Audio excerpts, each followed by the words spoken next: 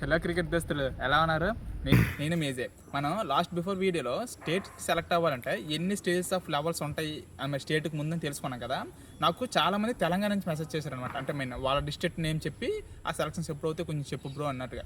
కానీ మన తెలంగాణ వాళ్ళు, తెలంగాణ కాదు బీహార్ ఇంకా అదర్ స్టేట్ ఏదైనా మిగతా స్టేట్స్ వాళ్ళు తెలుసుకోవాల్సింది ఏంటంటే వాటికి డిస్ట్రిక్ట్ జోన్స్ అనేది ఉండదన్నమాట. ఓన్లీ క్లబ్ మ్యాచెస్ అనేవి ఉంటాయి. ఆ క్లబ్కి మనం పే చేసి జాయిన్ అవ్వాలన్నమాట. వాటి పెర్ఫార్మెన్స్ బట్టే ఎవరైతే టాప్లో ఉంటారో వాళ్ళని స్టేట్ ప్రాబుల్స్కి సెలెక్ట్ చేయడం జరుగుతుంది.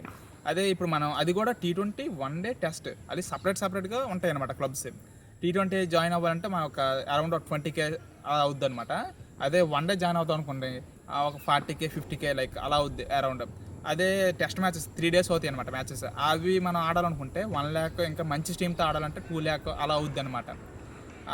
మీకు క్లారిటీగా దీని గురించి అర్థమైంది అనుకుంటున్నాను. మీకు ఏమైనా డౌట్ ఉన్నట్టుగైతే నాకు కామెంట్ చేయండి. అండ్ ఇంకా ఇలాంటి క్రికెట్ కంటెంట్ కోసం ఫాలో చేయండి.